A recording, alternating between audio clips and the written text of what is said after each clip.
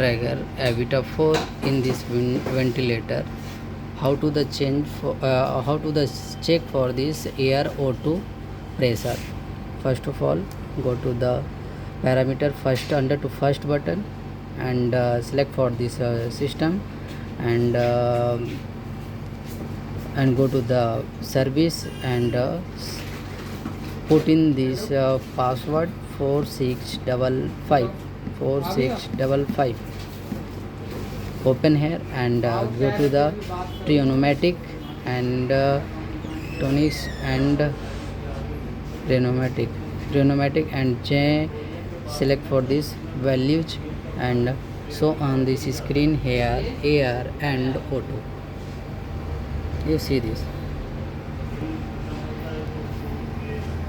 Thank you.